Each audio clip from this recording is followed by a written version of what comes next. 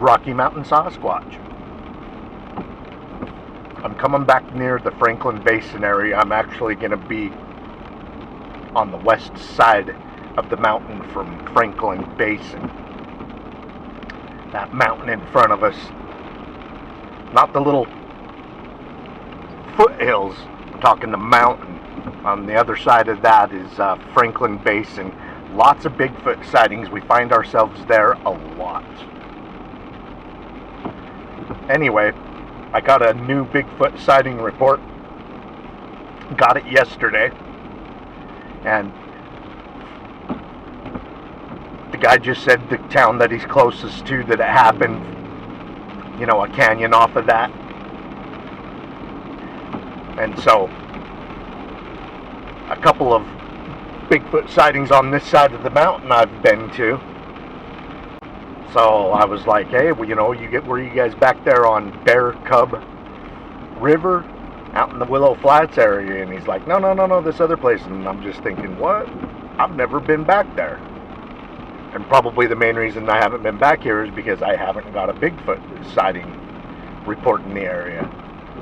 So anyways, I got that report yesterday, so I'm already up here today looking. There was 3 of them and their dog that saw it.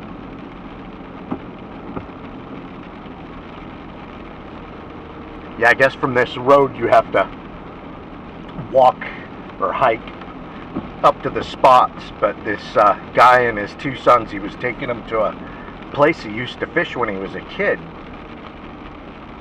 Beaver dams, beaver ponds, good fishing. So those 3 and their dog were going up there to fish, and they were getting up near the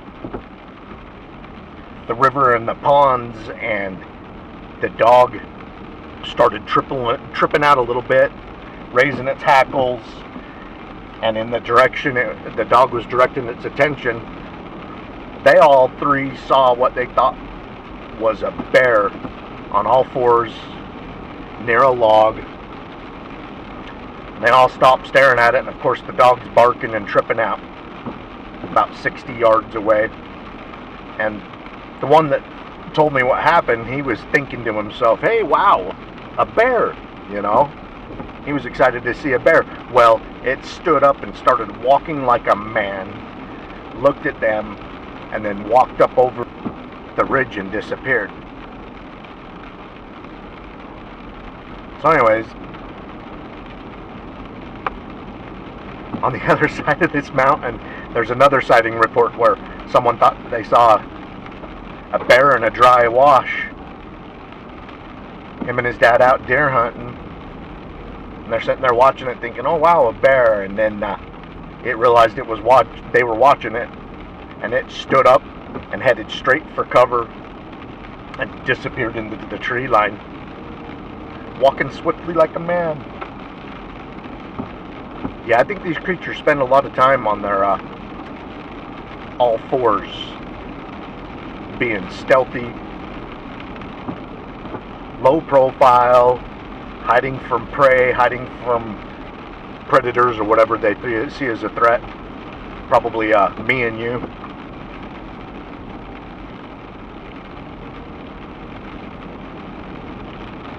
And when they need to move quickly, they get up on 2 feet and they move quickly.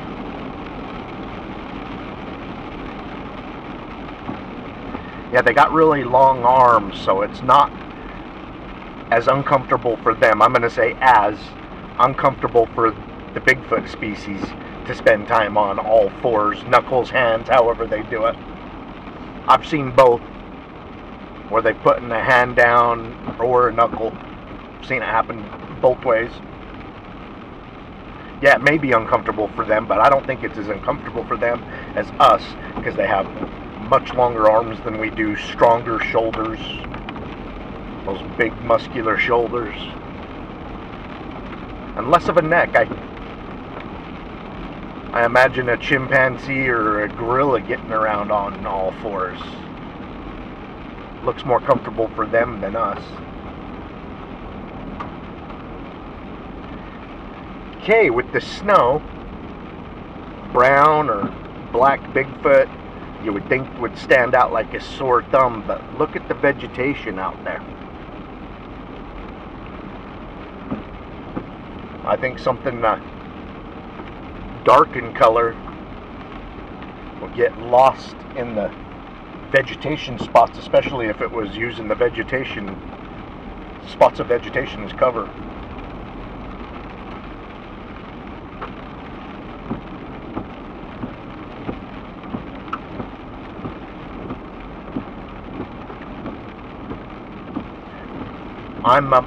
I'm just as interested in this whole canyon in and out as I am the exact spot they saw it, because I have this belief that Bigfoot does not live where he was spotted the last time.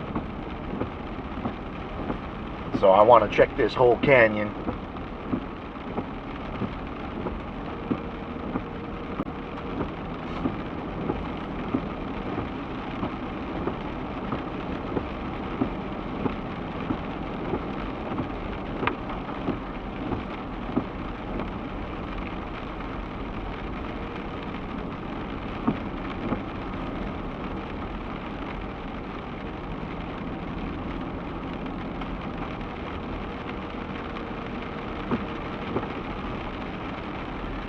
It wasn't a bad weather day when they had the sighting.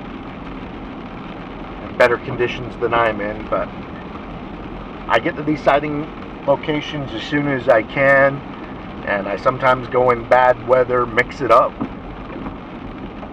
Never know, those bad weather conditions might produce a scenario where I get to see it. And maybe you guys do too.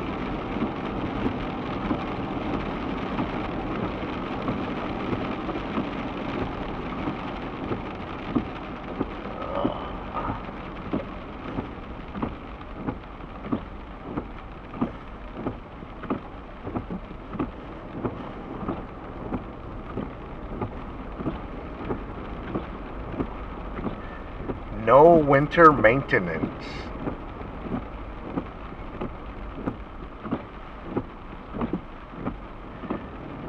Alright, well, I'll go till it doesn't make sense, and we'll look around.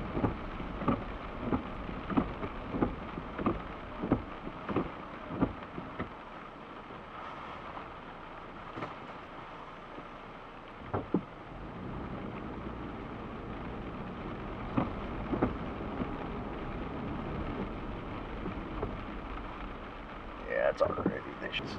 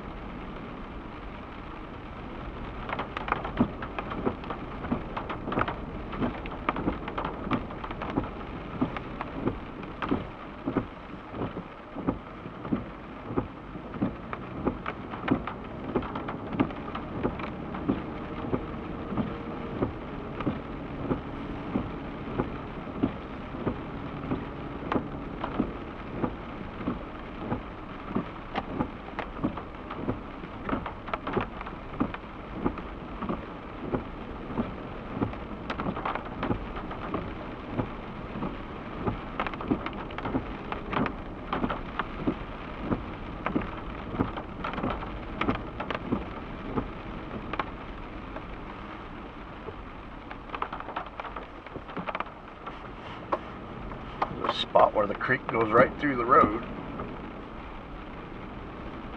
or onto the road.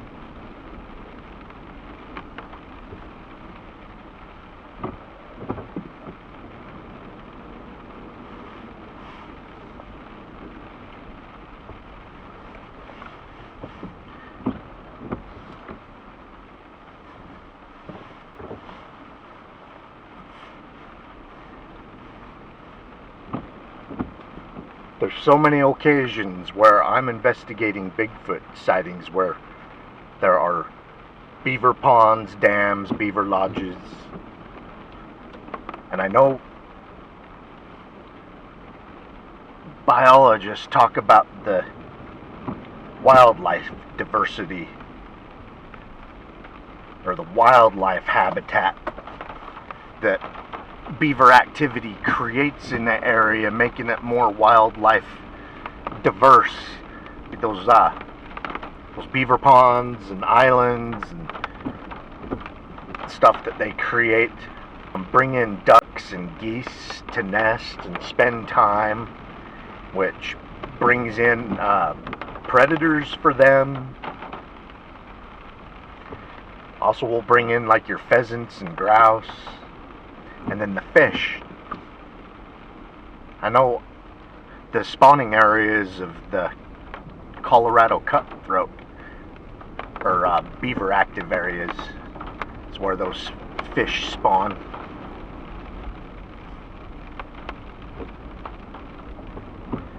Brings in the people, obviously. I mean, this guy's bringing in his sons because he's had luck fishing, good fishing when he was a kid there, so he's bringing them in to fish.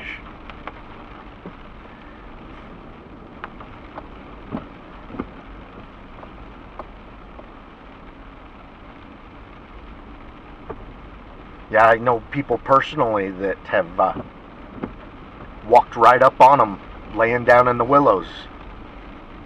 Bigfoot obviously gets flushed out, stands up, practically have to step on it like a pheasant in some of these situations.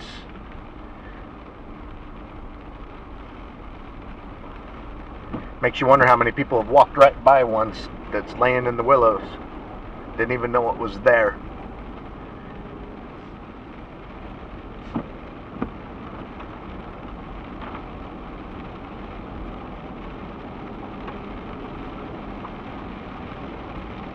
Alright, now I'm going to poke around in a few more canyons in this area. I hope you guys enjoyed a small look at a Bigfoot sighting location. Happened along the creek that followed this road.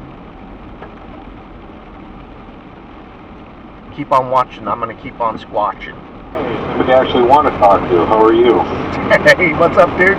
It's raining cats and dogs here, and I didn't care. Well, it's supposed to get cold tomorrow, so I'd rather drive in the rain and the ice and snow, but I had to go check out this sighting report location because it's in it's only 100. Where's it at? It is in Idaho. Oh, okay. It's near the Franklin Basin area, except for it's on the other side of the mountain from where 90% of the sighting reports happen. You know, when I saw the guy's sighting report, he posted it to one of my groups and stuff. I was like, is that Bear Cub River that leads into Willow Flats? And he's like, no, it's the canyon south of that, Maple Creek Canyon. And I'm like, oh, I had no clue there was anything going on in there, so I had to go up and check it out. I was only able to drive about 4 or 5 miles up the canyon before I hit too much ice and snow. And as a matter of fact, yeah, they have a sign, unless you're on a snow machine, you should probably turn back. Yeah, we kind of ignored one of those signs one time, and that was a really bad idea. I ended up having to be the one to walk the 7 miles out again and get home. But I knew that was going to happen. I didn't care. I wanted to see it and scout it, and try and get an idea when I should come back. And I definitely wasn't going to hike in the rain. So. Mm-hmm. Yeah, believe it or not, it's actually raining here today. Of all the places that you wouldn't think it would be raining after Christmas, it's raining here. See, and I don't get deterred from rain because we've had a lot of sighting reports in January in the rain around here. You know, where it walks right down the road. And I know a few other researchers that take advantage of that too, because they've also figured out that Sasquatch, being as observant of us as they are, realize when it's raining a lot, not many humans in the woods, they get sloppy. So, yeah, if you want to actually go out and sit in the woods in the rain, it's a great time to catch and make an accident. Another one pointed this out to one of my friends in Ohio a few years ago, and he checked it out and sure got himself some big axe. When you get storms going through back to back, You get one coming through, and then it clears off for, half a day or so, and then it goes another storm.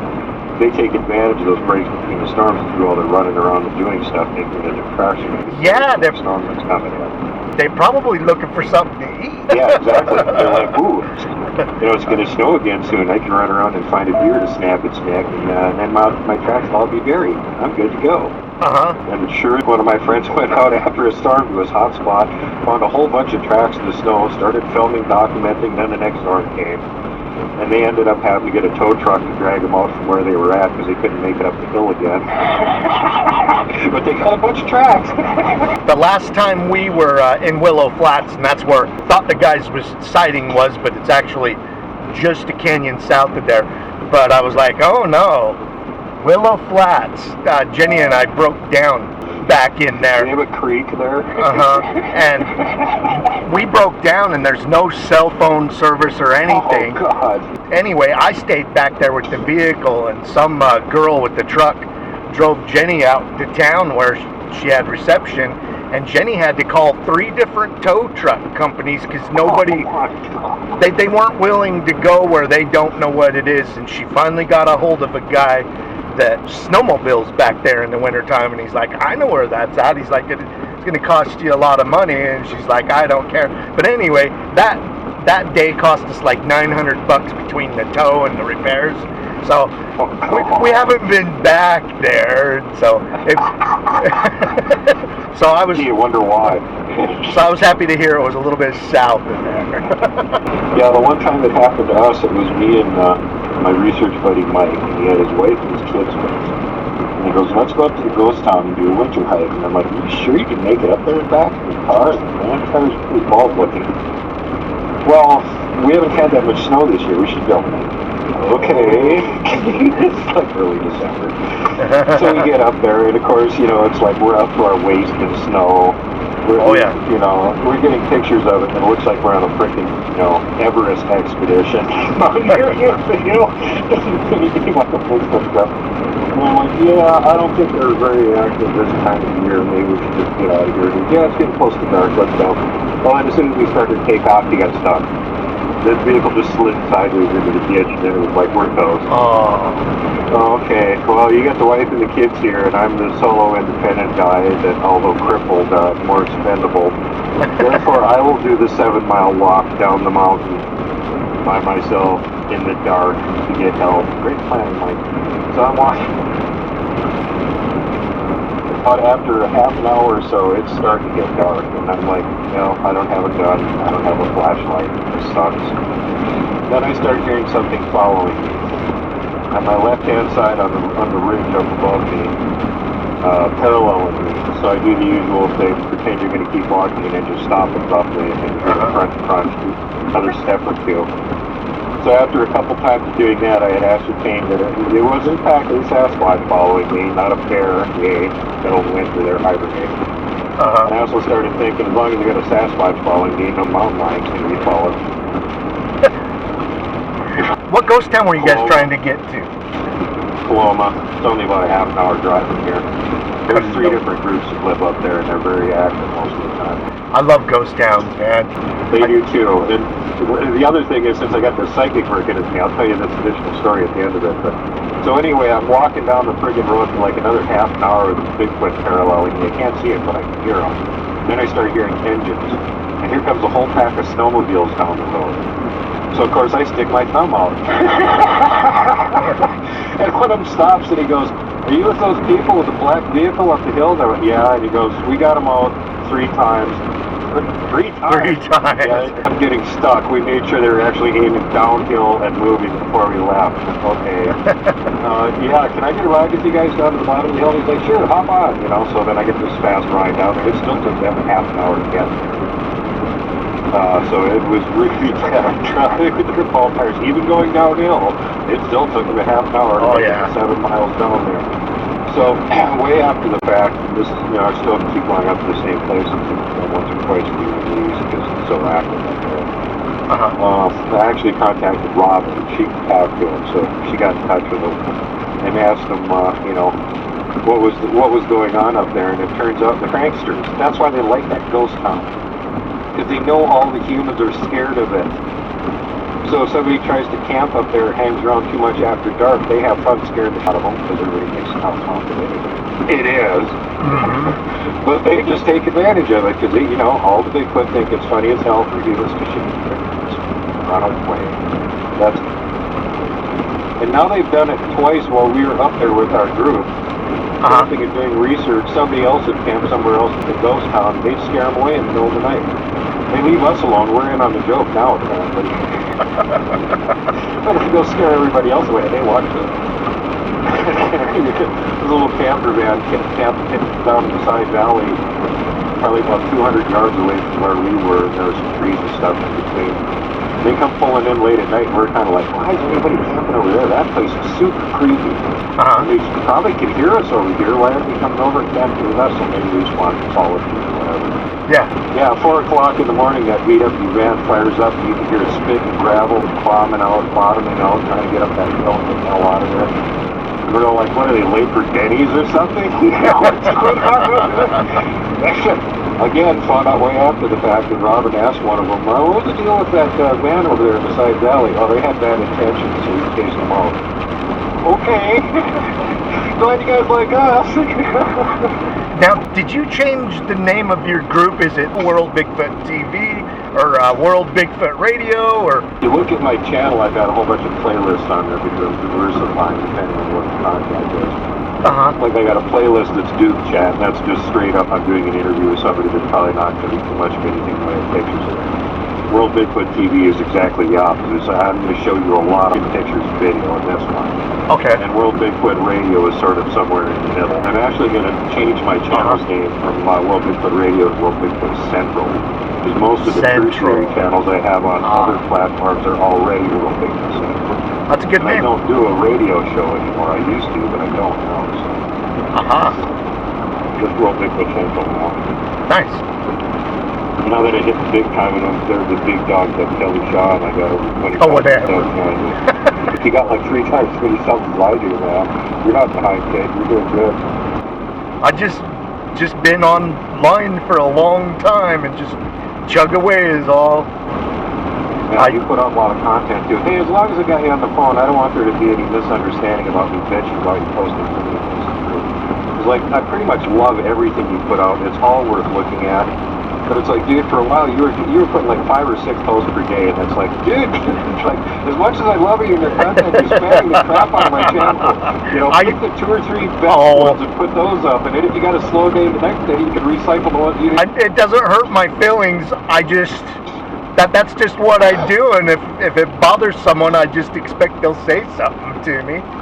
So yeah, don't let me take advantage of your channels with all my content. Well, I love your content, which is why I didn't want to bitch about it for a long time. And I don't know if you've noticed, but occasionally you don't post something that you put up on my channel, and I'll go find it and I'll put it over on my group.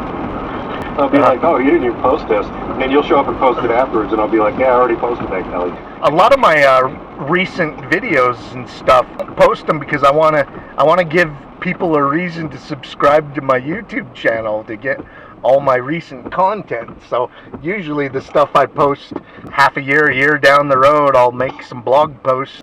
What I mostly do is I feature someone else, you know. I like someone's video, I like someone's photos, and I'll feature that, and then I'll put a couple of my videos at the bottom of that article that may be related, or I try to find something related. Right on. So yeah, interestingly, I was just contacted by someone who brought it to my attention that there needs to be kind of an award show for Bigfooters, like our own Academy Awards sort of thing.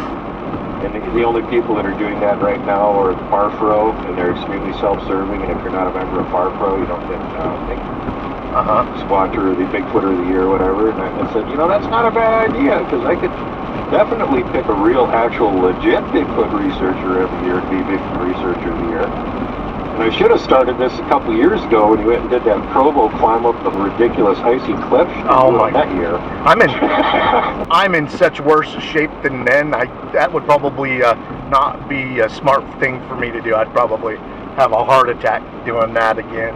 Yeah, I would. With my tough back, I'm glad if I can make it 3 or 4 miles of hiking a day, and that's about it, you know. So I have to be a lot more tactful about planning. I get on Google Earth and I look at stuff. And I go, let's look at this ridge line over here. Hey, a giant tree structure you can skip from space. Well, that one's worth walking too. You were talking about doing an annual show with me. Is there any certain videos or whatever that you want to talk about? Well, no, I was, believe it or not, I've been contacted by fans recently going, hey, it's been a year. Are you going to have Kelly on again? I know it won't be as great as the first show, but can you have him on again? Well, thanks for already admitting that I can't make it as great as the first show. How do you know that? It could be even way better.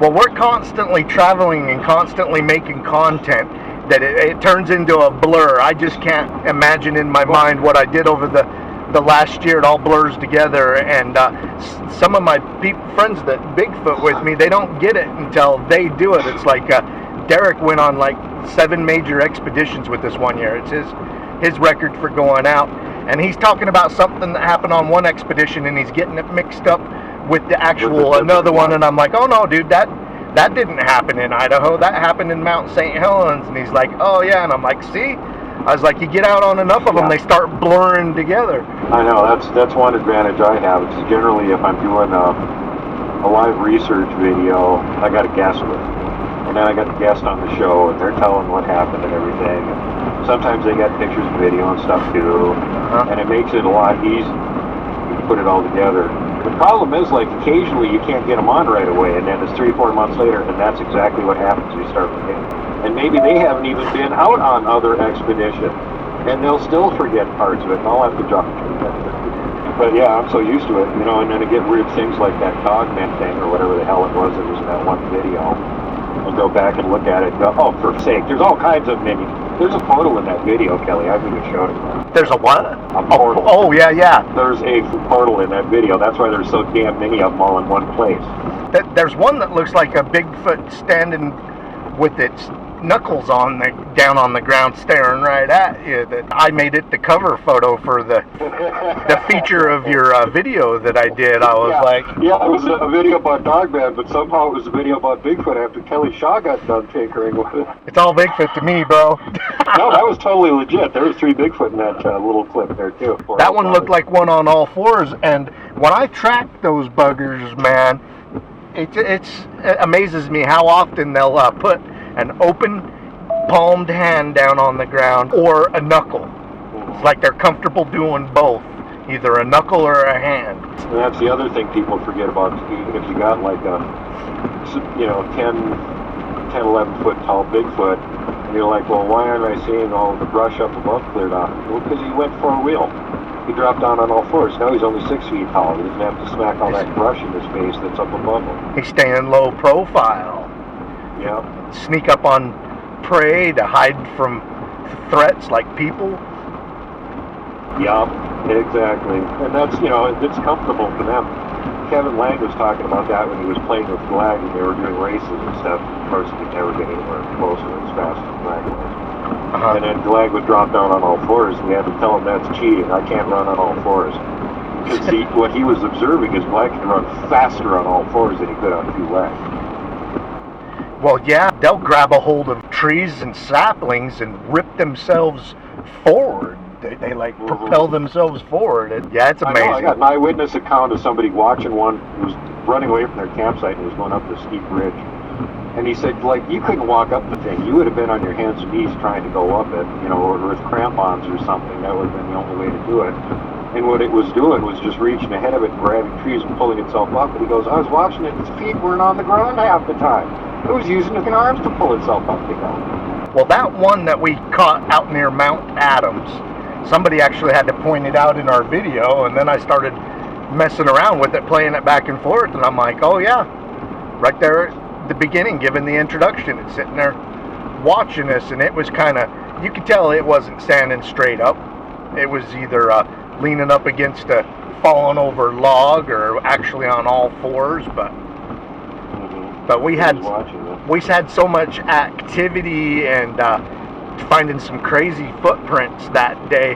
We all knew that there was one in the area. We could even see where they were sticking their wood knocking clubs into the ground, It's like in their sentry locations, their lookout locations, they'll have a couple of those clubs around in case they need to pick it up and whack a tree to warn tribe or family that someone's there or what's going on.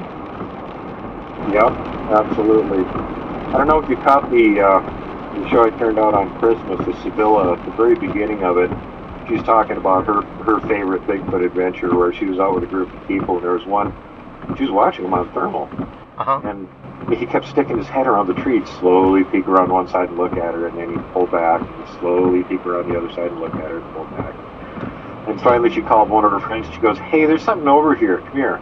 And he gets right behind her, and he's looking in the same direction. Well, then it realizes she sees him. So he turns around and walks off into the woods to get away from him. Well, she got a great picture of him with that thermal camera as he's walking away. And it's right, I mean, great picture. You might want to check that out for somebody that's not a field researcher like we are, that only gets out there occasionally and then does, what Sibylla does. She does encounter victims, drawings and stuff for them. I get a picture or anything, but here's what I saw, and she's a spectacular artist. And she'll sometimes spend weeks working with them to tweak it and make sure it's exactly what they saw. So this is great because she can make photorealistic drawings, and the witness is looking at them, telling her if they're perfect or not. And then she'll go and do their whole encounter and record it, and she'll do the drawings for the stuff that they were seeing, put that encounter. That's cool. Her YouTube channel is called Sketching Encounters. She's been around for quite a while. She's the first person that got in touch with Kevin Lang and the artwork of Young Glag. And the whole Glag Saga story came out. Kevin always loved her for that. She's had so much time and effort with her. Sibylla Irwin. Okay. Her channel is Sketching Encounters. Go check that out. Sketching Encounters. One of her more recent, if you want to just watch the show, one of her more recent encounters, you got into it toward the end of it. She was talking about this guy in British Columbia just had this spectacularly weird encounter, and she did the interview with him and did all the artwork and everything. There was a female sitting out on the porch. He was looking at her. She was cloaking, and then she started fading in so he could see her and stuff. And then this big male came and peeked down around the window. He was standing right next to the window on the deck, and he leaned down and stuck his face right in the window and looked at him. So he's got this 2-foot wide face about 2 feet away from him, staring at him. And he didn't know that you're not supposed to stare him in the eye.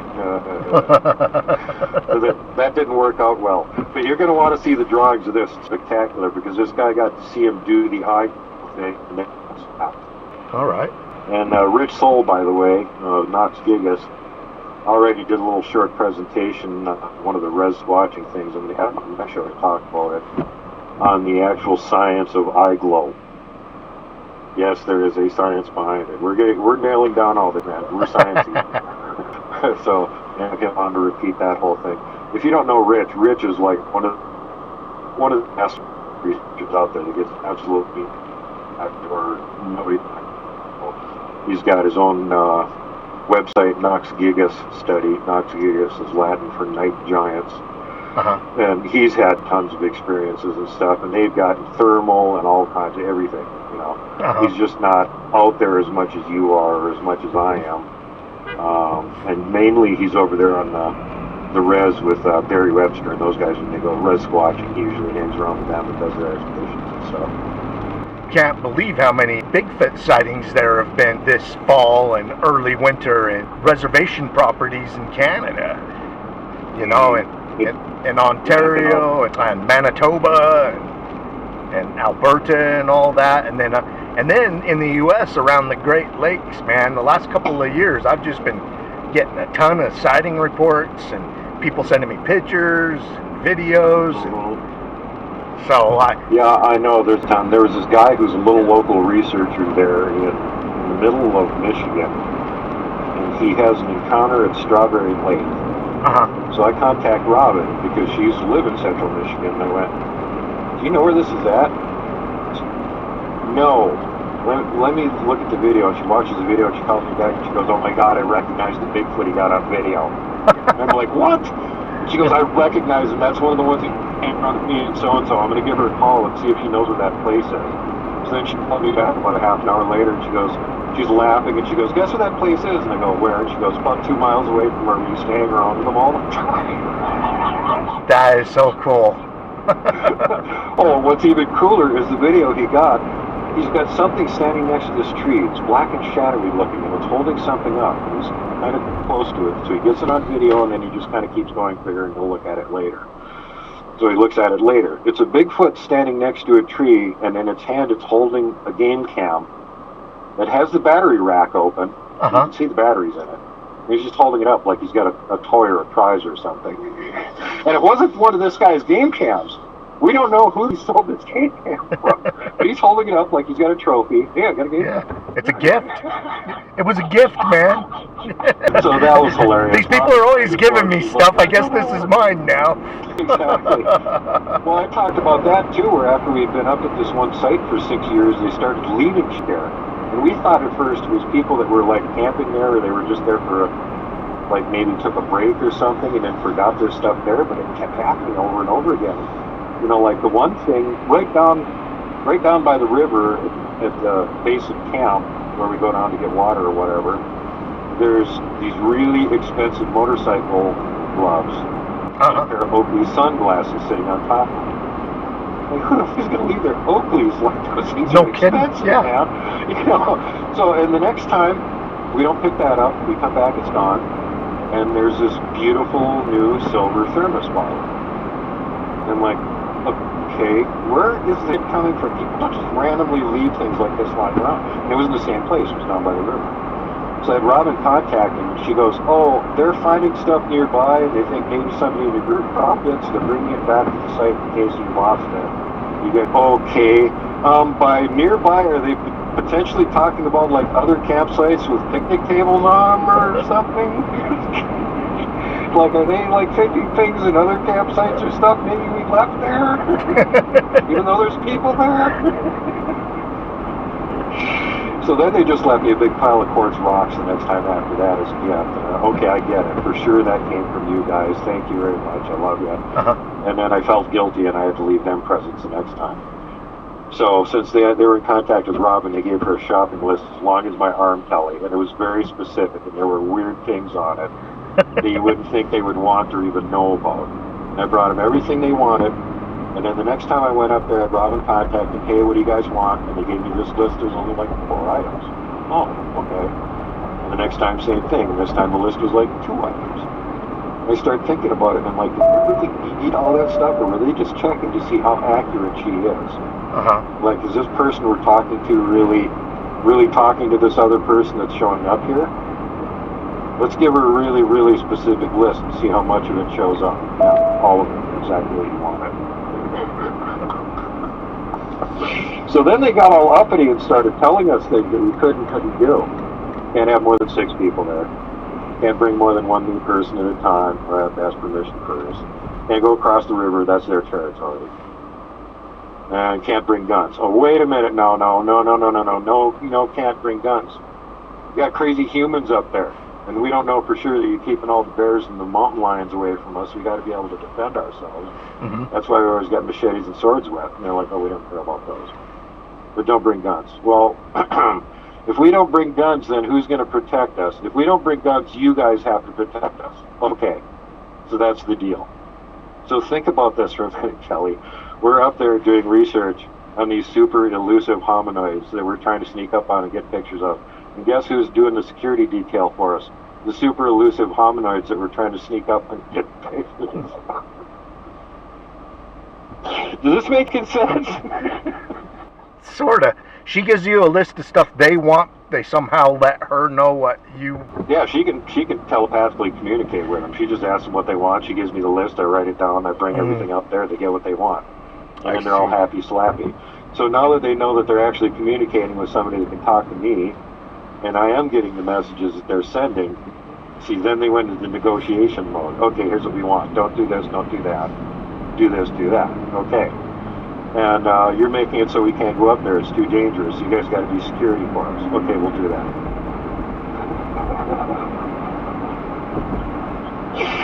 And yeah, when we were up there in August, we had a bear trying to sneak up on camp. And we got to hear the loudest wood knock ever. It sounded like a cannon going off. And found out after the fact that's what was going on. There was one of them trying to sneak up on camp, and the sentinel they had attached to keep an eye on us. It sounded like something hit a 3-foot thick oak tree with a railroad tie, like the Hulk was swinging it.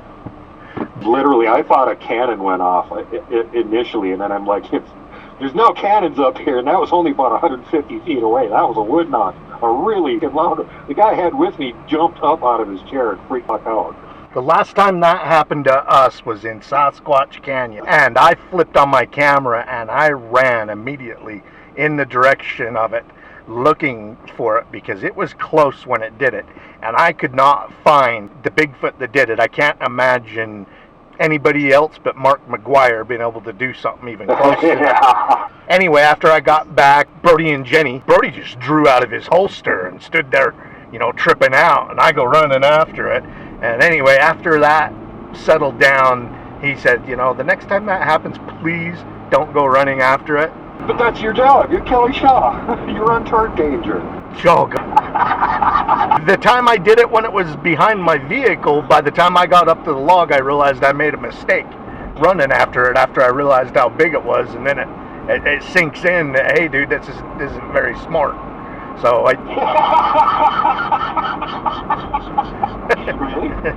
yeah, so it's kind of a reflexive thing, and then I just think I've been doing it so long, and I'm like, hey, it's right there, I'm gonna get on camera, Yeah, I'd become desensitized until you lay eyes on it right in front of your face, then you're like, that wasn't smart. The one that I saw a couple of years before up at the top of Indian Canyon, I don't care what the situation is, I'd never run it out. That one was over 9 feet tall, and it was like twice as wide as the one I saw last year. So it was intimidating looking at it a quarter mile away. 2020, I had somebody from Alaska here visiting, and they've had plenty of Bigfoot encounters before too. And they're sitting in camp, and I'm facing her across the fire talking to her, and all of a sudden her eyes get really huge. She quits talking, and I go, "What are you looking at? Is there a Bigfoot over there?" And she kind of slowly nods her head, and I went, "Camera, camera, camera!" She's got her camera right next to her head. She's busy being freaked out and not doing anything. And I'm like, by the time I turn my camera on, stand up, get out from where the tent is directly behind me so I'm around it and I can see what she's looking at, it'll be long gone. So I don't even bother. And I sit there for about 45 seconds, and all of a sudden the expression on her face changes and her arm comes up and she goes, "Huge Sasquatch! Right there!" And you're like, okay. So I stand up and I turn around, of course he's gone, and I go, "Do you remember exactly where he was?" And she goes, "Of course, he was just there a couple seconds ago." And I'm like, "Okay, you just sit there. I'm going to take a big stick and go over to where he was standing. We'll see how tall he was." And she goes, "He was just right there." And I go, "Well, yeah, so you'll remember how tall he was then, right?" "Yeah, okay, I'll just sit there." She's thinking, I get to where he was standing. The first thing I could hear, she's about 100 feet away, and she goes, "Oh my God, he was gigantic." So I go, "Okay, am I in the right place?" She goes, "Yep, that's where he was standing." "Okay, put the stick up next to the tree here. Tell me when I get the top of the stick up to where his head was." There. So, he's got 2 giant indentions in the ground where he was just standing up in a mountain. Then I go back to camp and I grab a tape measure and I go back over there and measure the little inch that was near the spot where the stick I was holding was. And he was 10'4", and she said his shoulders spread across the gap in between the 2 trees, and that was 6 feet across. So he was a big boy. Yeah, but that's only like average size up there. There's really a lot bigger ones. That was one of the interesting things I found out when I was talking to Robin and she was talking to him. And I said, "Well, God, some of the ones up there in my research area get gigantic. They're probably, 14 feet tall." And she goes, "They just corrected you. It said 18. "Okay." Glad. Yeah, like 4 feet shorter than some of them. Now, apparently this group in my main research area, now that we can have some kind of communication with them, that's their tribal land. They consider that their tribal land. They've been up there for hundreds of years, so they're not going anywhere. And last time I was up there, I had Keith Crabtree, the Boggy Creek monster, the guy that wore the suit in the movie Legend of Boggy Creek. He was up there with me. And the second night we were there, one of them came into the camp and tickled his feet. Which is funny. But the next night, some guy in a white pickup came driving in shortly before dark and went about 3 miles down the valley in camp. And they chased his ass out before dawn. He took off without his camper trailer. He came back after sunup with 2 vehicles full of friends. About 45 minutes later, came back out with a camper trailer attached and all his friends following him. Oh, gosh. So again, we got Wow. curious and asked him and went, did you guys chase that guy out of the valley? Yeah. Why? He had bad intentions. Like, holy, are they circumspect about who they let hang around up there? They don't like it. They're going to chase your ass out. Kelly, I could hear it from 3 miles away. It woke me up. Uh-huh. I could hear it going, whoa, whoa, whoa, whoa, just keep going off. And I'm like, holy shit, somebody really pissed one off. And then you could hear the vehicle fire up and come whipping down the road as fast as he could handle and not go off in the dark. So, yeah, I want to invite you and Jenny to come on up here and visit with my guys.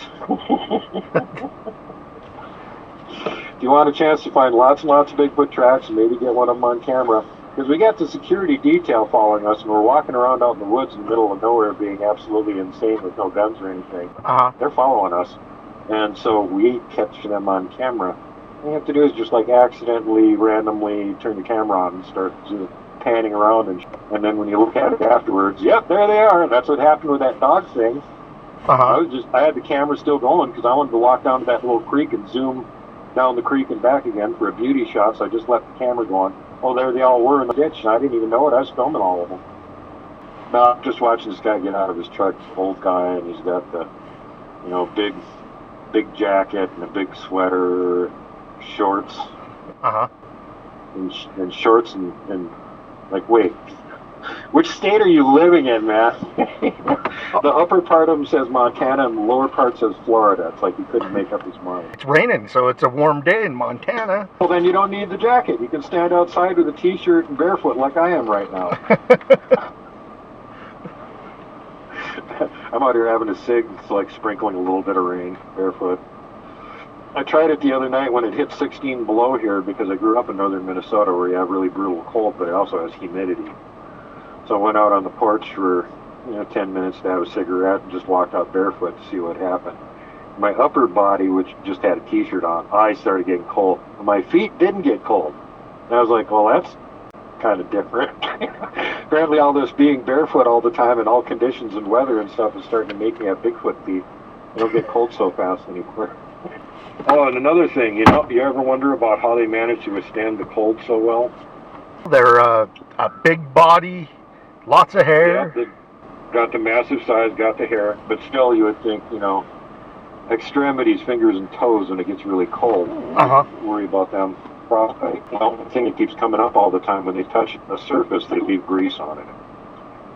We pulled fingerprints off of Christie's window over there in Nebraska where they had touched her window and greasy fingerprints all over it. Uh-huh. So they got this grease all over their skin. Okay, well, I started doing a little bit of research, and guess what? There's a whole lot of Arctic animals that have that. It's a natural defense against the cold. It keeps the water away from their skin. They stay a lot warmer. It also protects their hair or fur from getting completely waterlogged. Exactly. It's water and moisture. Yep. And you know how they have the Bigfoot, you can even spot them in pictures because the sun will shine off their hair. Well, because their hair is getting greasy. That's why. Well, did you see the 2 large wads of hair that we collected like 9-10 years ago, whatever it was? That stuff was greasy, musky, and stunk for months. I wish I could have saved the smell. I mean, some of it we bagged in plastic Ziploc bags and stuff, but after a couple of months the smell left. I have never smelt that type of a musky odor from any animal before, and that hair had it for a while. And I think possibly like you're saying, the grease or the whatever that they produce to make their that oil. I think protecting them from the. I think that may be part of some of the smell that people experience. Oh, absolutely. I think that's what part of it is for sure. I mean, it's just like a musky wet dog or something. Well, where are you getting the smell from?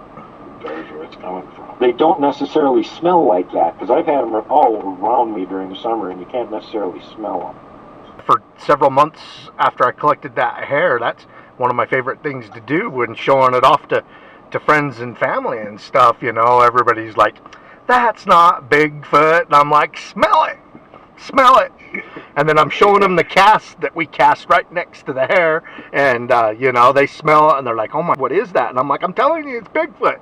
My grandkids were over here. One of them asked, do you still got that Bigfoot hair, Grandpa? And I'm like, yeah. So I got it out, and the younger ones forgot about it or hadn't even seen it, you know.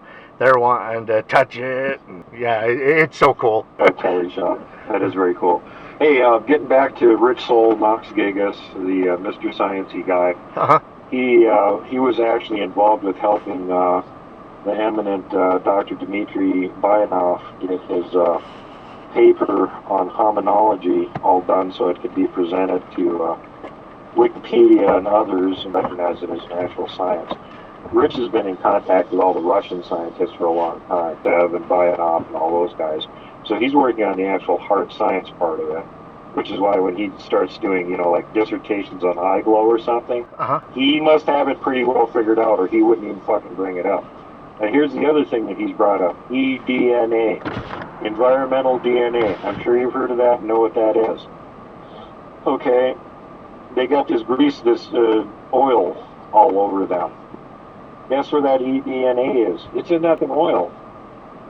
You get a sample of that grease from them, you can test it for eDNA and see what's in it. And that includes things like they take a poop in a little stream or something. You get a water sample from it if they just took a poop in it recently, eDNA. This is something you may not have thought about for gathering samples, and this is all possible now because after the fiasco that I went through over the hair samples and DNA, I don't even worry about it anymore. Until there's a part of a body or a whole body on the national news and they've collected DNA from it. Yeah, none of the professionals will put their necks on the line and say, that's Bigfoot DNA without having a body. So. See, here's the point, though. We've already got the catch-em study. All you have to do is match the eDNA to the catch-em study. There. Whatever that is that we don't know what it is, this is the same thing. I didn't push those hair samples off onto anyone. Every single doctor and university that I sent those hair samples to requested samples for analysis. And so, you know, I spend the time sending it to them, and then they ignore me until I corner one of them at a convention. Who was it? Dr. Footprints?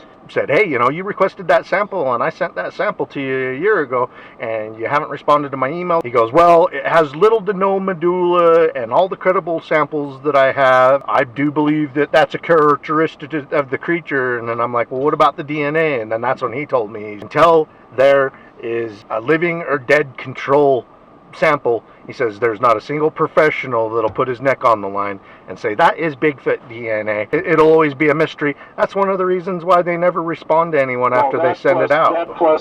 That plus he's a gatekeeper. Did you see the episode that I did, Conspiracy Corner, where I had Kreider on there talking about how he did when they had the big DNA test that Sykes was doing for his world? Yeah. Well, he requested one from Kreider, and Kreider went out in the field and collected it for him and filmed the whole thing and showed the entire chain of custody up to the point where he put it in the container clearly marked in the airproof chamber and sent it. Says he lost it. Didn't lose it. What came out after the fact is that he had actually sent it to another lab in Switzerland, and they kept it for a control sample and didn't do any testing on it. 2 labs out of the 4 that I sent them to that admitted that they received them. University, they're the first ones to analyze it. They spent a week analyzing it, and they couldn't make a map to any of the North American mammals that they have hair in their sample lab. They were trying to match it up comes back as physically. Unknown hair sample. Yeah, they're the ones that told me reach out to other experts. They can't match it with anything that in their archive. They collected a sample of hair from the Himalayas. It was from the Himalayas, and the Royal Yeti hunter collected it because he said he knew that there was an area where there was a Yeti hanging around. He'd go there, get a hair sample. He collected a hair sample from inside a hollow tree. Whatever left it there had to be very much alive and recent. Sykes gets a sample, promptly pronounces it as an unknown species of polar bear, thought extinct for 20,000 years, that's somehow living in the Himalayas. There's other people that sent in samples for this supposed study, and none of them got tested.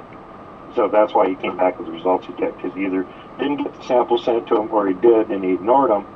And we're pretty sure that he did get that sample from Kreider sent to him, and that's how it ended up in Luzon, Switzerland, because Sykes sent it there instead of testing it. Now I refuse to send samples, producers, to send them some of the hair, and I'm like, I'm not sending out any more hair to anyone else. It's with the experts in 4 different labs, and I gave them generous 100 hair samples. I was like, if you guys want a sample real bad, reach out to one of them and see if they will spare some of their hair, because I'm not sending out any more. Rest of it's You for give me them and my all your family. samples, and they don't do a damn thing with it anyway, and now all of a sudden you don't have any evidence. It's just going to sit in a lab. I collected it clinically, and then when I sent them their samples, I kept it clean. I didn't manhandle it like the stuff that I show my grandkids.